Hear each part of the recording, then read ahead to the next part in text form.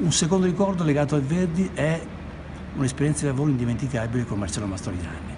Ricordo le prove del suo spettacolo Le ultime lune, ma al di là della grandezza attoriale e l'umanità di questo straordinario personaggio, ricordo come fosse un film quello che avveniva regolarmente ogni sera durante lo spettacolo. Marcello recitava con un suggeritore, il mitico Vittorio Pregel, che gli suggeriva le battute del testo in italiano e contemporaneamente in dialetto veneziano i movimenti che Marcello doveva fare in scena. Ogni sera, a un certo punto, sempre in quel preciso punto dello spettacolo, Vittorio diceva: Marceo, vieni più avanti, ciappa bene la luce, altrimenti Bosetti si incassa.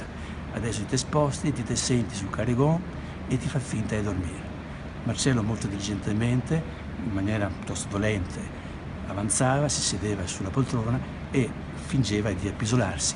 In realtà, prima di dormire, guardava verso la quinta e faceva l'occhiolino a Marcello e Vittorio rispondeva con un saluto.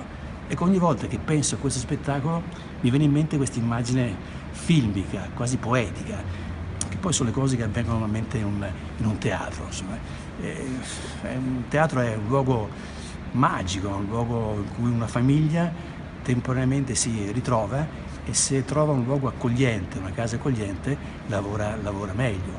Io ho avuto sempre la fortuna, ogni volta che ho allestito spettacoli, sono stato ospite con Walter Goldoni, di trovare un luogo accogliente, sia dal punto di vista del personale tecnico come i responsabili di produzione, perché ogni volta venire al Verdi è come tornare a casa.